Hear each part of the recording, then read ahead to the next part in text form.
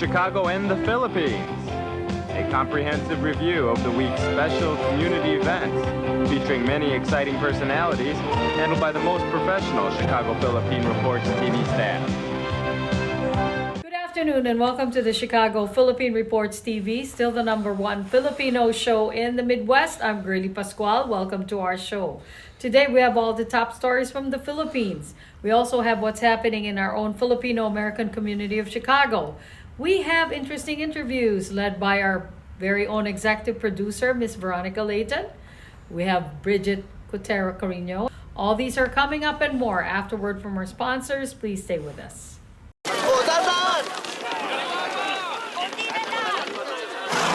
Yan! Dito na! Perfect!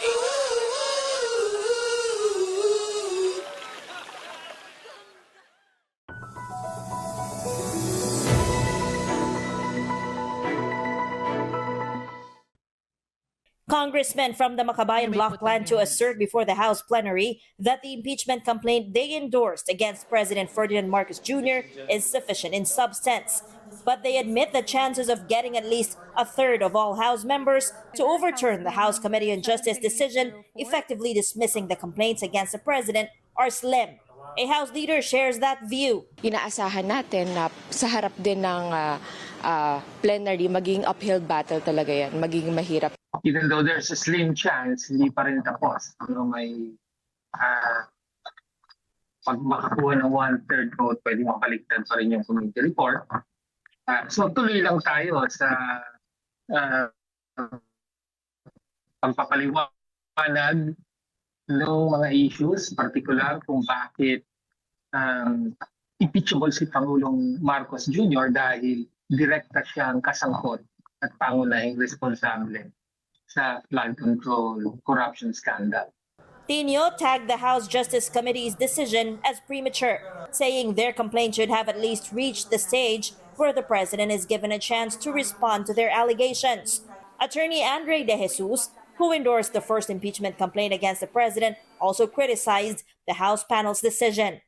The members of the House Committee on Justice decided to adopt a threshold of evidence that's more proper during trial. We're talking about the admissibility or weight of evidence here, which is not proper at this stage of the impeachment proceeding. Unfortunately, yung nangyari sa hearing kahapon, mas usapin talaga yun ng paggalaw ng mayorya para protektahan si Pangulong Marcos Jr. from impeachment. But the committee chairperson asserted the vote of majority of the panel members is in accordance with the House rules and the Constitution. There is a political aspect in the impeachment process. However, there is a rule which we are following. They indeed voted impartially and independently. The complainant, in accordance with the justice members, has no personal knowledge of the allegations in the impeachment complaint. Neither are the attachments authentic records. Luistro gave assurances the same standards will be applied once the impeachment complaints filed last Monday against the VP are referred to her committee. Tino is optimistic the fresh impeachment complaint they endorsed against Duterte will get enough support from the House Committee on Justice and the House plenary to reach trial at the Senate. May matibay na batayan ang impeachment laban sa Vice President. At dito, medyo confident tayo na sabi mo nga, lulusot or papasa sa Committee on Justice. Makakakuha ng sapat na bilang ng suporta ang impeachment laban kay Vice President Sara Duterte. Ba't natin nasabi yun? Dahil hindi naman malaki naging pagbabago ng sitwasyon sa majority kumpara sa previous Congress. Nananatili pa rin na supporters ng Malacanang at ng Pangulo ang mayorya and therefore susuportahan pa rin ang impeachment. As of Thursday morning, House Speaker Faustino Bojidi III said the Office of the House Secretary General has yet to refer to his office any impeachment complaint filed against the Vice President. Impeachment complaint, wala pa. Some endorsers expect the referral no earlier than February 6th, citing a Supreme Court ruling declaring the date to be the end of the one-year ban. Meanwhile, attorney Michael Poa, the spokesperson for VP Duterte's impeachment team, tagged as inaccurate reports claiming Mary Grace Piatos will be presented as part of Duterte's defense should the impeachment trial push through. Philippine Senate President Vicente Soto III confirms there was an attempt by the minority to unseat him. The Senate leader credits the majority for moving quickly to block the move. It's always the majority who decides. Ano naman man ang leadership sa Senate, it's always ongoing.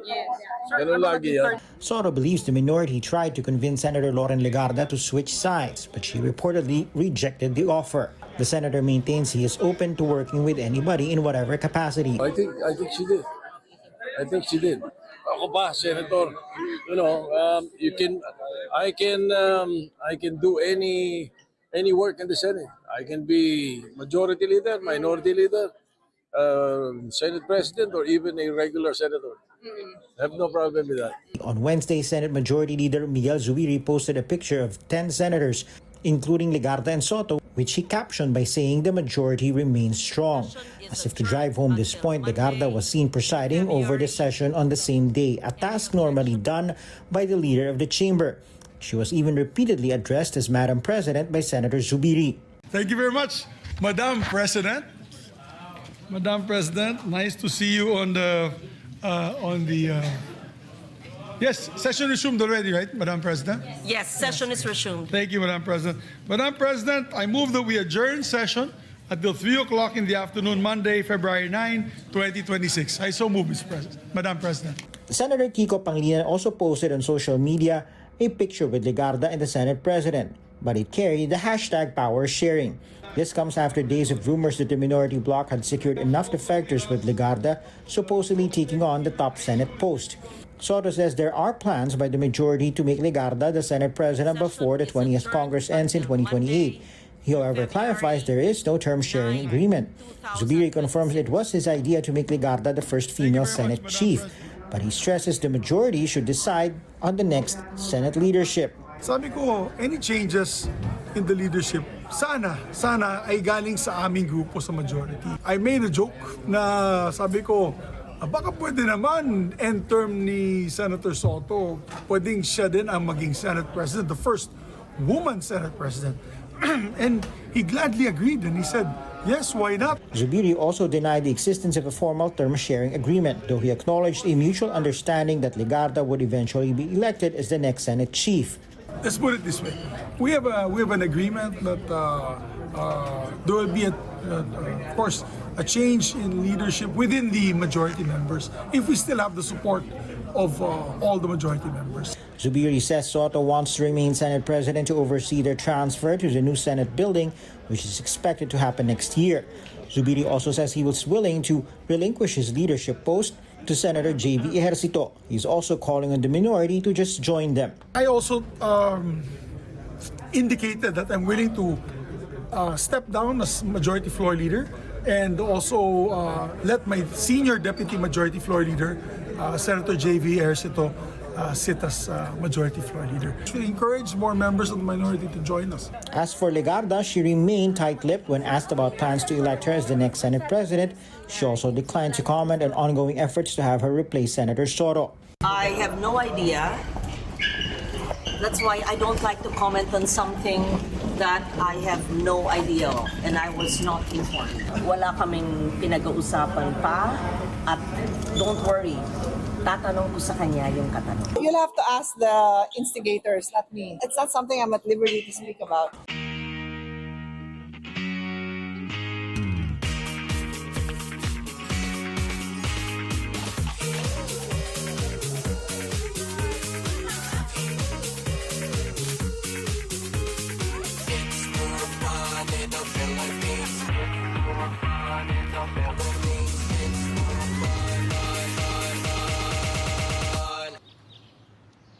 It's more fun in the Philippines.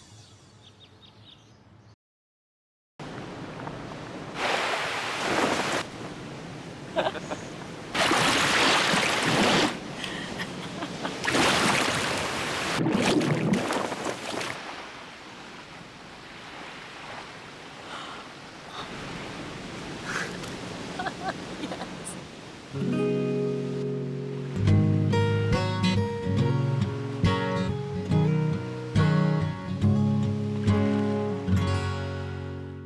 times of economic uncertainty and chaos, your money means nothing. You may not even be able to get it from your bank or ATM. And the money you do have in the stock market will go down and down and down. It's happened during every economic cycle, and it will happen again. What you can bank on is gold and silver. Gold and silver have been a reliable and trusted form of currency for thousands of years. Gold and silver have never been worth zero, and typically gold holds its value and sometimes grows during economic turmoil. Call the Gold Hotline now and learn how to protect your money and your assets with gold and silver. And learn how to set up a new IRA or roll over your current one into a gold-backed IRA. Protect your money from the next market crash with gold and silver. Call now for your free gold guide. Do you need to get your hands on some extra money right now? Maybe $25,000 or more? If you're a homeowner, now is the perfect time to get cash out. While homes in many neighborhoods like yours have gone up in value, you can use the money for anything. It's yours. You can buy an investment property, pay for college, pay off higher interest debt, or make home improvements. A cash out refinance is the perfect solution to get the cash you need. If you need $25,000, $50,000, or even $100,000, now's the time. Home values are up, and so is your equity. We offer you a way to use it. No need to sell your home or use your savings. Call New American Funding now and speak to a cash out refi specialist and see how much cash out you can get. Call New American Funding at 855-332-3929. That's 855-332-3929. Call 855-332-3929. Via Times, vital news, vibrant views for the Filipino Asian communities in Chicago. Via Times for your most interesting and exciting reading and your party coverages. Via Times has very interesting columnists. You name it, Via Times has it. Law, Filipino news, dentistry, immigration, humor, serious opinions, health, beauty, mysticism, Bata Corner, showbiz, and intelligently written editorials. Call Via Times at 773-866-0811.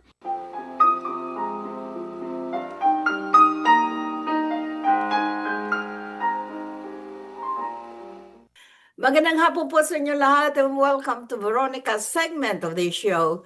Today, I have a very interesting young man who is something to reckon with because he is a young Filipino-American and he is running for Vice Governor of Illinois under the flagship of Mr. Bailey, who's running for governor. And his name is Mr. Aaron Del Mar. And you're from Palatine, right? That's right. I grew up in the city of Chicago in Portage Park. Palatine. And Okay. then moved to Palatine. Aaron, That's correct. welcome to our show. We're very proud to welcome you here. And knowing that you're a young Filipino-American who's running for a very top position here in our state of Illinois. Thank you for having me on Aaron, your show today. welcome. Okay. Will you please, first thing first, will you please tell us a little bit of background about yourself, about your experience in or experiences in public service? Of As you're course. running for So, public service. yes, I grew up in the city of Chicago in Portage Park, moved out to Palatine with my dad. My dad immigrated here in 1974 from Cebu. He met my mom, who is a nurse. She worked at Resurrection Hospital on Division Street in Chicago, and had some success in athletics in Palatine High School. Got a scholarship to Indiana University, where I was a pretty good athlete there, was 3 times All-American, went on to the Olympic Training Center in Colorado Springs, represented our country in the 2000 World Championships in Malaga, Spain. And then I came home after my athletic career and started a business and started a family. I'm a father of 6 children here in Palatine. My oldest are 22, then 20, then 17, then 10 years old. I started in politics in 2009. I ran for city councilman in Palatine. Roughly 68,000 people live in my town. I was the youngest, first minority to become elected as a city councilman.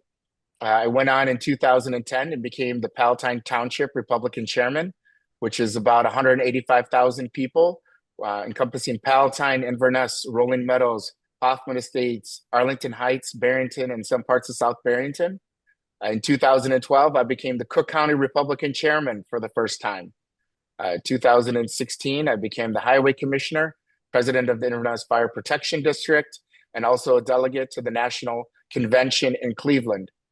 2020, I was again a delegate to the National Convention. 2004, also a delegate to the convention in Milwaukee. I also served on the Illinois International Port Authority. I've had another appointment to the Asian Family Services organization here in Illinois, one by the minority leader of the House of Representatives, the other one by the governor of Illinois. And I currently serve still as the Cook County Republican chairman, highway commissioner. And I'm excited to run again for lieutenant governor with Darren Bailey, very strong conservative from Southern Illinois, very, very much in line with a lot of our conservative policies. And it's a great opportunity. And I am proud to carry the banner for Filipino Americans in Illinois as one of the youngest and first Filipinos and Asians running from this office. Aaron, okay. Nice to hear. Very impressive. All right. Okay. Being a young Filipino American and more than that, an Asian American here in our state of Illinois, what are the agendas or the platform that you have for running for vice governor position? Sure. Well, the 3 main things that we're running on are something that everybody in the state of Illinois can agree on. They're what we call 80-20 issues. The first one is affordability, specifically property taxes, utility bills. It's unacceptable in Illinois when you have many people that have a higher property tax than their mortgage payment. When people are seeing a 30-40% increase in their utility bills and their electric and their gas, these are things that affect all Illinoisans and need to be re-looked at. There are 250,000 people that have left Illinois in the last 10 years that have not returned and not have been replaced. So we lose our representation in Washington. And when they leave also, they leave that burden of taxes with us. So affordability is the number 1 issue. Number 2 is public safety. As you've seen in Chicago specifically over the last couple of months, Labor Day weekend, 40 people were shot, 13 people lost their lives over 3 days. If you look at the Christmas tree lighting in Chicago and the opening of Chris Kindle Mart, 14 shots rang out, a 13-year-old lost their life. On the CTA, just a few months ago, somebody was doused with lighter fluid and lit on fire. People just want to be able to get to work, get to school, get to the grocery store and get home without having to worry about being harmed along the way. And then finally, education. Personally, I grew up in the city of Chicago and went to school for the first 4 years there. And, when my parents took me out of school in 4th grade, it was because I could not read, I could not write, and I could not count at a 4th grade level.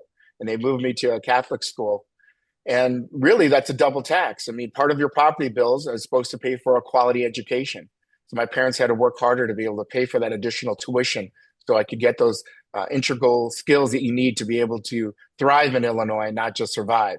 Fortunately enough, they worked hard and moved us to the suburbs where I could get that better education in the Palatine school districts and in Palatine High School. But we want to make sure that everywhere in Illinois, no matter where you're from, if you're from Sangamon County, if you're from Cook County, if you're from DuPage County, if you're from Saline County, that you have that access to quality education. So every child that graduates high school in Illinois, if they go into the workforce, if they go to the military, if they go to trade school, or if they're fortunate enough like me to be able to go on to college, that they're prepared on day one for wherever life takes them. Great, terrific. Okay. Here in Illinois, there is quite a large number of Filipino American population. And are you aware of that? I am. My family came here. Like I mentioned, we were originally from Naga and Cebu. My aunts and my uncles all came and they left their lives in the Philippines in the early 70s to come to the United States to live that American dream. And one of the reasons that I'm running and representing not only Filipino Americans across Illinois, but also representing everyday Americans and everyday Illinoisans is because I want to make sure that that promise that they was made to them when they left the Philippines to come here is still around for their children, for their grandchildren, and future generations. Darren and I believe that Illinois has a generational opportunity here to get Illinois on the right track, and that our leadership and our beliefs and our values are what most Illinoisans believe in. And, with the current governor pushing us very far to the left as he auditions for president of the United States in a Democratic primary for 2028, his positions don't represent what most Illinoisans have.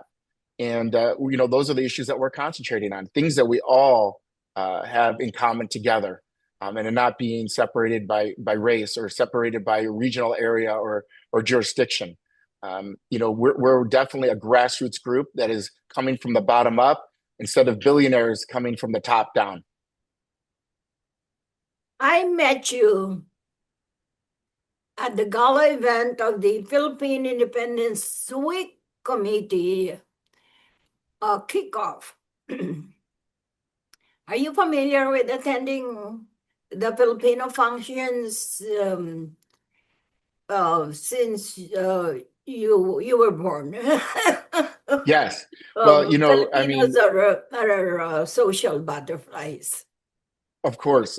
My father graduated from Cebu Institute of Technology. I've been very blessed that even as a young child that he would take me to his different groups that were participating here in Chicago. And then I went to the Philippines to be there for my dad's 40th reunion with his other graduates. I took my wife with me and introduced her. She's an American. I introduced her to a lot of our culture. I introduced her to what it's like to be a Filipino in the Philippines. My parents always believed in making sure that I never forgot about my Filipino roots. So I've been to the Philippines 6 times. We usually go about every 5 years. We had a little break during the COVID where we didn't go, but we were there for the Sinulog. We're there to meet with our family. A lot of my dad's brothers and sisters still reside in the Philippines. He came from a family of 13, and about 8 of them still live in the Philippines, and we have very strong roots there. And we understand that the Philippine economy is really based on people that have left Filipinos, domestic workers, engineers, nurses, and send money back. And that's how we keep our ties there. And we're very much supportive of a lot of Filipino policies because that's what I was raised on. Great, terrific.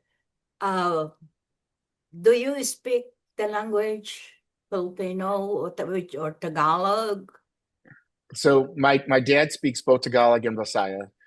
When I go to the Philippines after about a week and a half, I'm pretty good at it. The challenge for me is that I don't get to practice as much as I would like. But understanding, the English dialect and understanding Spanish, which I use a little bit more than my Tagalog or my Visayan, those are things of area of growth that I would like to practice more. But running for vice governor of Illinois, raising my 6 kids, and developing my business. I started my family business here in the United States in 2000 and was able to grow it and develop it to make it a multi-state nationwide company from, $2,500 to making it a multi-million-dollar company. And having my children working for my company after they graduated college is one of my strongest success. Because a lot of concern that I had was when one of my sons went to Iowa State, my other son went to University of Illinois. I've got one now at Oakton and Des Plaines, and another one at the University of Iowa. I'm always concerned that they're not going to come back because the opportunity in Illinois is not as strong as there are in other states. When they leave Illinois, I'm always concerned if they're ever going to come back. Fortunate enough, our family bond is strong, but I would understand if they did because there's more opportunities and other states are more competitive. I think it's very sad that in Illinois we export one of our greatest treasures, and that's our children.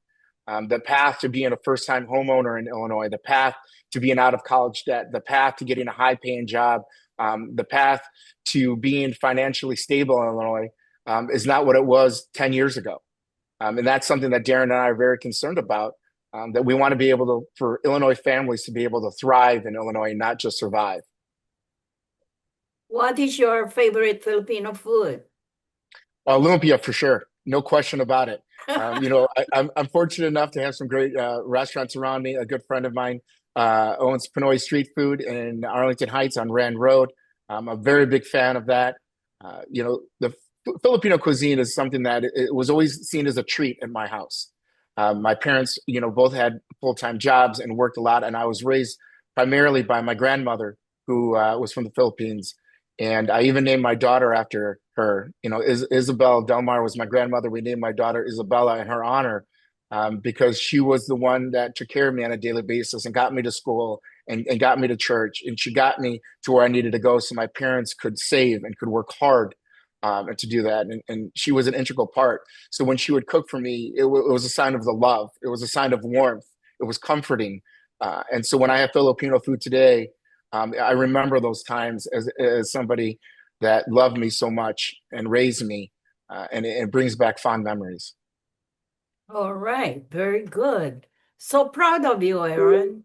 Are you ready, willing and able to go around the Filipino American community of Chicago for your campaign trails as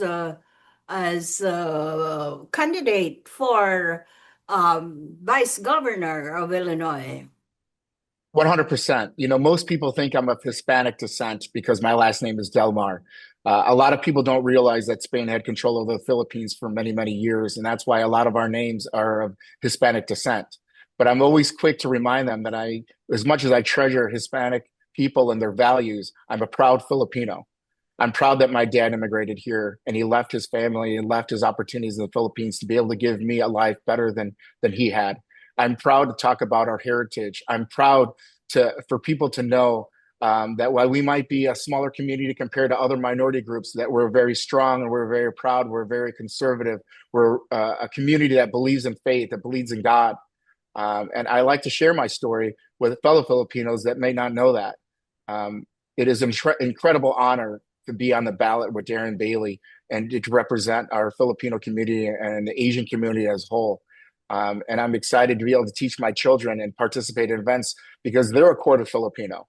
And I want them to know their heritage. I want them to know that the troubles and the struggles that my father had to bring us here. Because I think it's important to identify who they are. And of course, we assimilate into American culture. They're Americans. But it didn't start here. It started in Cebu. And I think it's important to be respectful to my family in the Philippines, to honor them and to show them what we can do here in Illinois and in the United States. All right. Thank you so much. When is the election? So the first election is March 17th. And I think that's important for people to remember. That March 17th is the election. You can early vote 2 weeks before. That's right. Please come out and vote for us. The Republican primary, you need to ask for a Republican ballot. You'll see Darren Bailey and Aaron Delmar. I joke around. It's the farmer and the Del. Right? He's a farmer from Southern Illinois. My last name's Delmar. So we tell everyone vote for the farmer and the Del. I feel very positive that we're going to be strong in this primary. The polling shows us ahead by a very significant margin. And then after March 17th, we're going to turn our sights onto November and representing us at the highest level of office. Wouldn't it be exciting? Wouldn't it be something very proud to have one of our own Filipinos from Chicago, from the suburbs, to represent us at the second highest office in Illinois? My dad has been traveling with me on the campaign trail, and he's a very strong supporter. And he's gone on and said to me many times, son, I never imagined when I came here from the Philippines that my son would be running for vice governor. And it touches me. It's a very emotional time for me and my dad because I know that he worked so hard so I could have this opportunity. Great. Okay. All right, thumbs up. All all right, Aaron.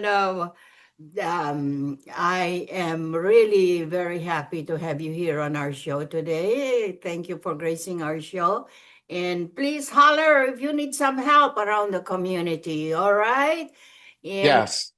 and You know, maraming salamat sa iyo. Mabuhay ang Pilipinas. that's right. Thank you so much. You can go to baileyforillinois.com if you want to learn more about me, if you want to see pictures of my family, if you want to sign up to be a volunteer, if you want to donate to our campaign. Every dollar helps move Illinois forward. So you can go to baileyforillinois.com and learn more about our positions, our campaign, and more about me. Or you can also go to Aaron for Illinois is my website also. And you can see my history, you can see my heritage, you can see my positions, the offices that I've held. I think it's important for people to know and to be able to trust that Darren Bailey and I are ready to govern on day one. We've already run statewide. Darren was a state representative, a state senator. I've started out, like I mentioned, as a councilman, all the way to co-chairman of the Illinois GOP statewide. We are the team that is honest, that is transparent, and that is ready to do the right things for the people of Illinois and represent you well and work very hard for all Illinoisans. And it's a pleasure and an honor to be on your show. Thank you so much. All right. Thank you. Maraming salamat at mabuhay si Aaron. Anang alaman. Okay, thank you for gracing our show and bye. Take care. Maraming salamat po sa inyong panonood. Ako po si Veronica. Enjoy the rest of your weekend. Bye. This is a prayer and a reminder. All we have is now. Anak, umuwi ka na.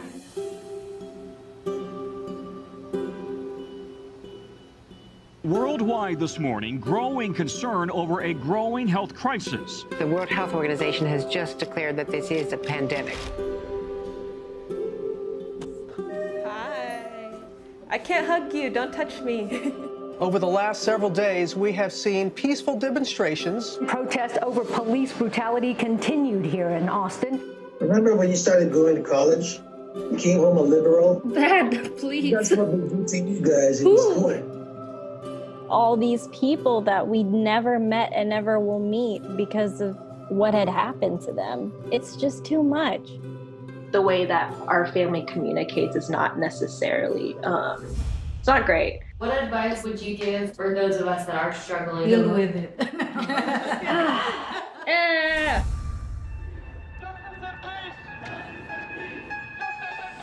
I think the norm for our communities has been to just stay silent and keep to your own business. I could definitely be doing more than I'm doing right now, and I know that others can as well. What if someone is called from God to be an activist? I can answer that question. Shouting revolution, oh wow, breaking each tradition. You don't believe in the Black Lives Matter movement? An advocacy group reporting at least 3,800 anti-Asian hate incidents since last March. I'm kind of conflicted. I'm like, maybe I should move home and be here with them. I hope that this moment makes you take a step forward and a step together in the right direction. In order for a subject to not be taboo in our community, there always has to be someone to start that conversation. You speak up for me when I can't speak up for myself. And I've seen you do that for other people. I see a lot of people who just kind of cut off friends and family, and I don't think I can do that. I love my parents. This is a symbol of our voices. If you look at your neighbors around you, you will see who stands with you, who stands for you. At least I know that you can stand up. That's the thing I'm so happy about.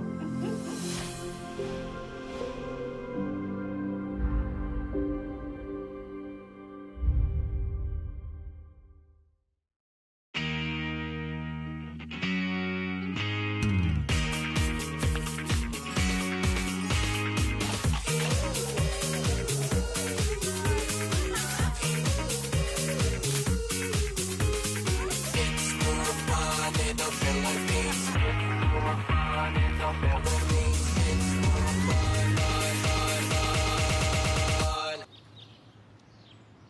fun in the Philippines. Magandang hapon po sa inyo lahat and welcome to Veronica's segment of this show. Today, I have a very interesting, a very pretty and young guest in our show today. And for the occasion of the the History Month, the History Month of Black History Month, correct? Yes. And I invited Miss Mel Dalpich. Welcome to our show. And Miss Mel is the president of the National Society of Black Engineers. Welcome to our show. Thank you so much for having me, Veronica. Thank you. Are you an engineer, Mel? I am. I am an engineer. I started my journey in civil engineering, where I graduated from the University of Rhode Island with a Bachelor's of Science in Engineering and a dual degree in French. Originally, I wanted to go into that route, but my undergraduate journey took me to pursue my PhD in engineering education.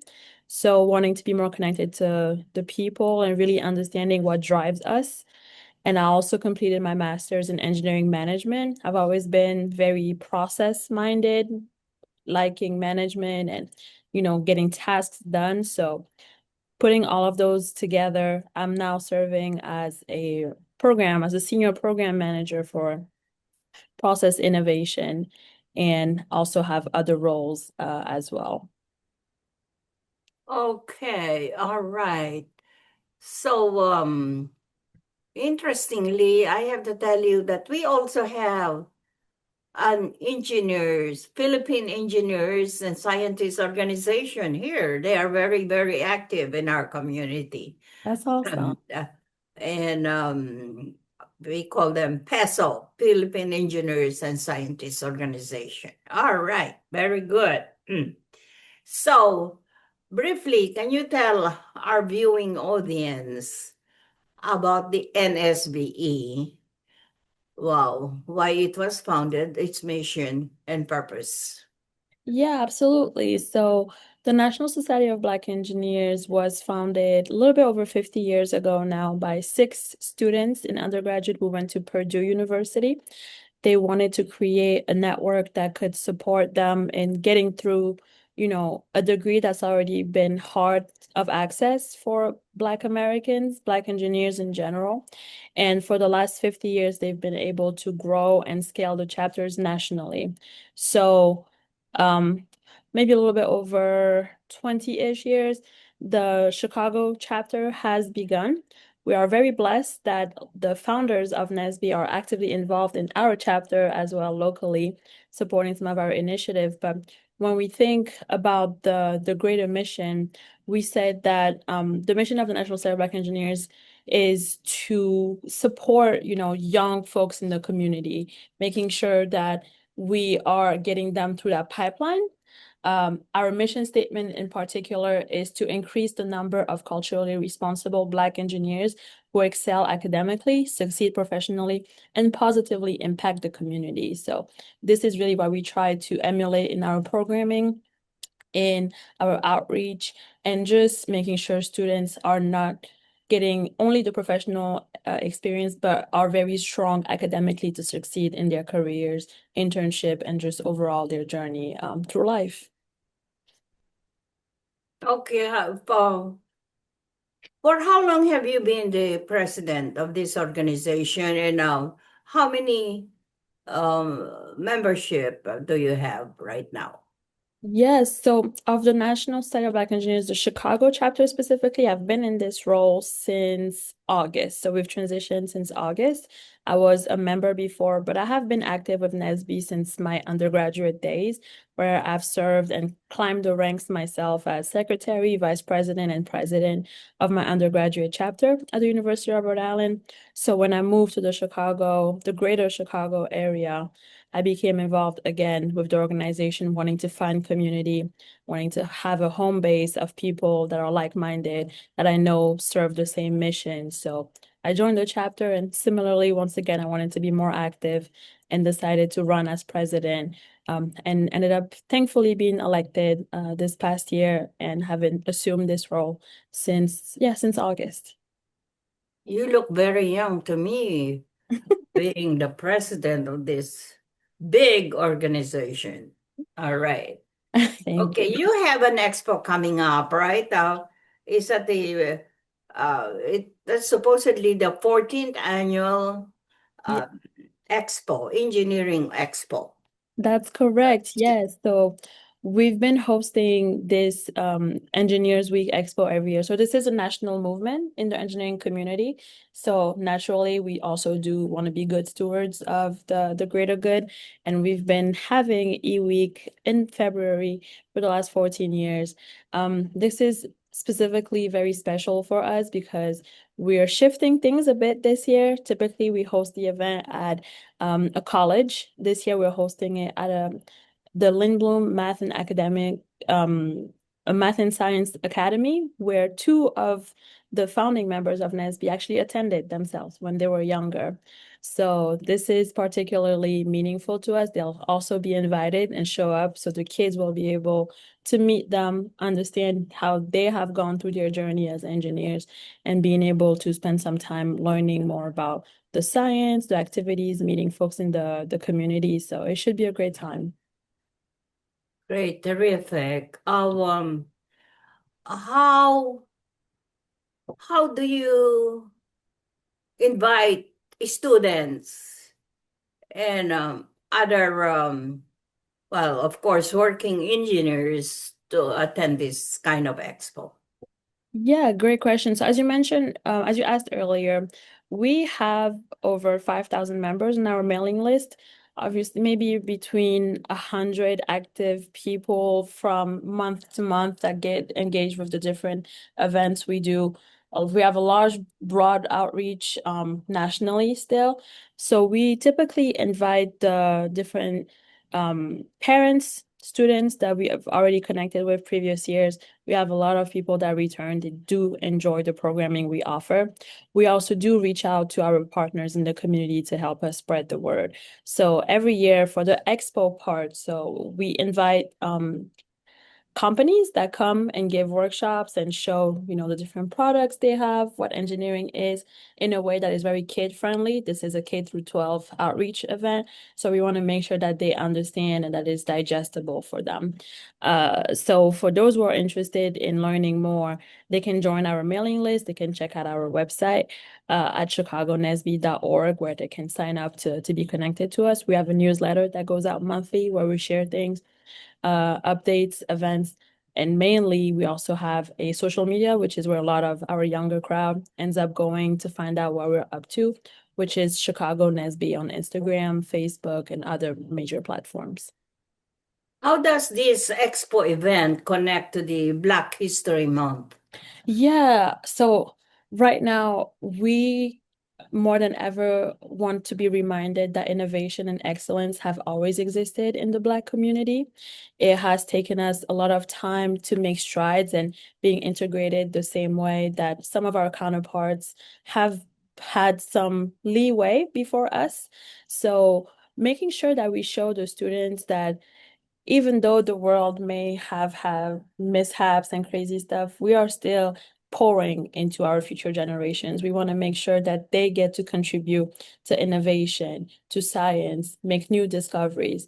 And so we are trying to honor the legacy that we come from. A lot of people that have come before us are still here supporting us while also preparing our next students to take over, right? We want to make sure that the leaky STEM pipeline that people have talked about year after year is now able to be patched up, right? We're not even patching it up, we're building a new pipeline that's going to be strong and sturdy. So really inviting the students to just be curious about science. That's really how we get their attention first. And after that, building the structure to be able to support them through their academic and professional journey as they grow with NSBE. Great, terrific. How can community members and companies out there support this organization? Yeah, so we are always looking for volunteers, for sponsors, for mentors. Through our website, there are links for to sign up for our speakers bureau. So we do have a database of folks that are interested in partnering with us.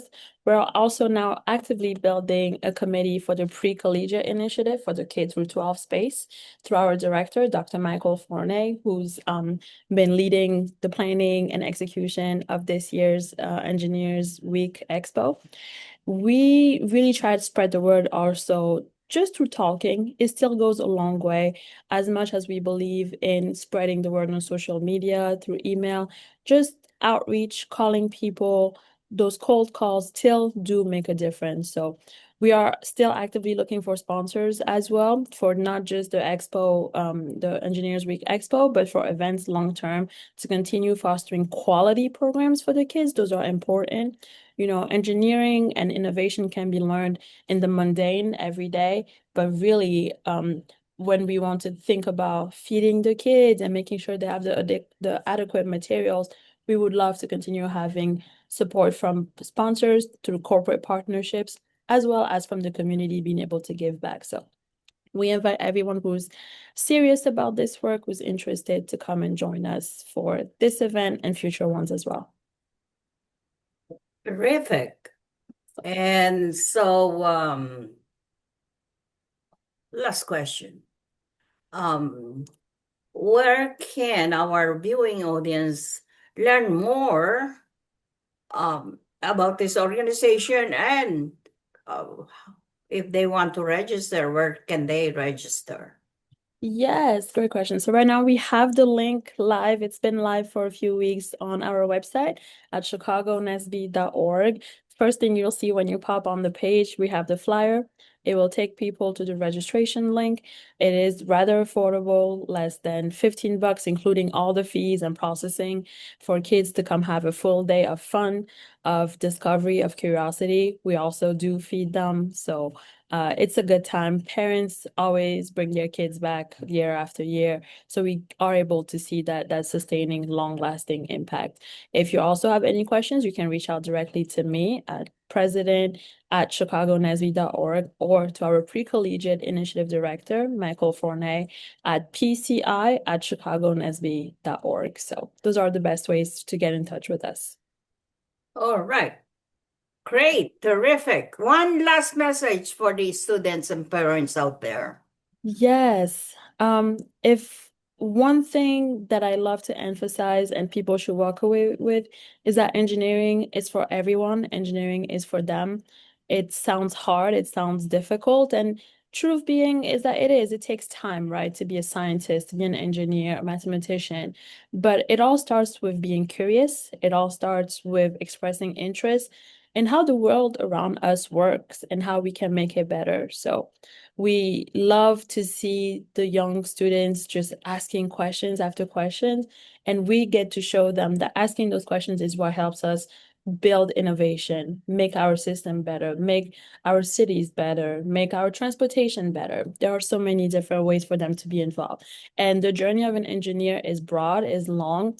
It's not always just the ones we see being advertised. Like, I was a civil myself, but I wish I had known there were so many other types of engineer. And through NESB, through the other initiatives that are happening across the country, I think we are doing a much better job these days at letting parents, students, professionals alike, that the career options are infinite and that they will be supported if they join our network. Terrific. Great. Congratulations and good luck to all your undertakings. Miss Mel Delpich. Yes, thank you so President of the much. National Society of Black Engineers. I salute you. Thank you so much, Ms. All right. Veronica. I Very appreciate good. it. Thank you for gracing our show today. Thank you. Maraming salamat. That's thank you. Thank you to our, in our language. And maraming salamat po sa inyong panonood. Ako po si Veronica. Enjoy the rest of your weekend. Bye, Mel. We would like to welcome all of you to Baladna Jewelry. We have a very big selection of 21 karat gold jewelry imported from the Middle East, from Dubai, Saudi, and Bahrain. And we have a very big selection of diamond. We offer free financing for 6 months, and we have a layaway system which you can leave your stuff for 3 months. We repair gold and we buy old gold. Welcome to Baladna Jewelry. Salamat po.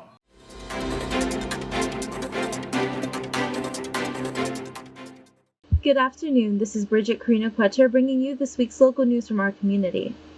The Illinois Accountability Commission, housed in the Illinois Department of Human Rights, held its second public hearing to showcase how institutional structures and propaganda were abused to transform federal agents into a paramilitary force operating above the law during Operation Midway Blitz. During the hearing, the Commission released its initial status report, approved Governor Pritzker's request to examine the impact of the conduct and decisions of key Trump administration officials, heard from 5 subject matter experts, and received public comment. The latest homeless morbidity and mortality report from the Illinois Department of Public Health shows that persons experiencing homelessness face significant health challenges and are much more likely to face emergency department visits, hospitalizations, and premature death than the public at large. The new report examines data from 2017 to 2023 to include death certificates, hospital records, and the results of the annual point-in-time count of unhoused individuals conducted each year around the country on a night in January. The study finds that overall, approximately 10,000 people in Illinois during that time frame experienced literal homelessness, where they had no sufficient shelter at all, while potentially more than 200,000 people were in unstable housing situations, living temporarily with family and friends. Those numbers are likely undercounted because of limitations in the data systems that can identify and count unhoused individuals. Despite having a similar state program expire, Illinois Governor J.B. Pritzker remains on the fence about whether to opt Illinois into the federal education freedom tax credit.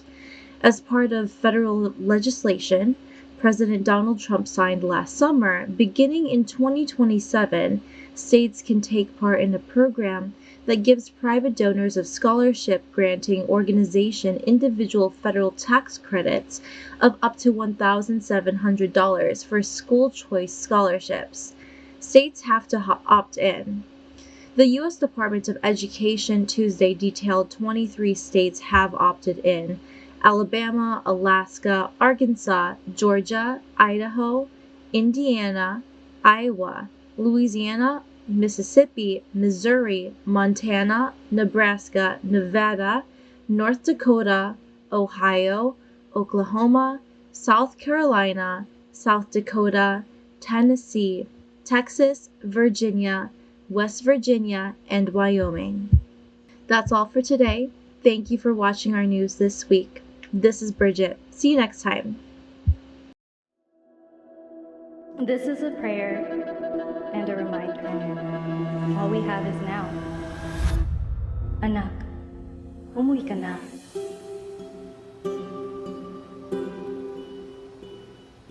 Worldwide this morning, growing concern over a growing health crisis. The World Health Organization has just declared that this is a pandemic. Hi. I can't hug you. Don't touch me.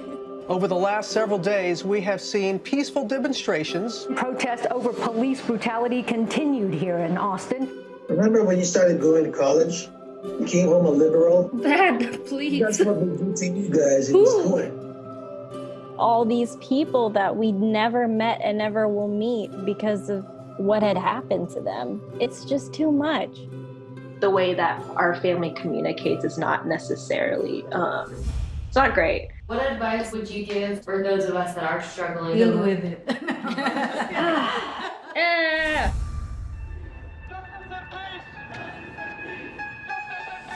I think the norm for our community has been to just stay silent and like keep to your own business. I could definitely be doing more than I'm doing right now, and I know that others can as well. What if someone is called from God to be an activist? I can answer that question. Shouting revolution, oh, while breaking each tradition. You don't believe in the Black Lives Matter movement? An advocacy group reporting at least 3,800 anti-Asian hate incidents since last March. I'm kind of conflicted. I'm like, maybe I should move home and be here with them. I hope that this moment makes you take a step forward and a step together in the right direction. In order for a subject to not be taboo in our community, there always has to be like someone to start that conversation. You speak up for me when I can't speak up for myself. And I've seen you do that for other people. I see a lot of people who just kind of cut off friends and family, and I don't think I can do that. I love my parents. This is a symbol of our voices. If you look at your neighbors around you, you will see who stands with you, who stands for you. At least I know that you can stand up. That's the thing I'm so happy about.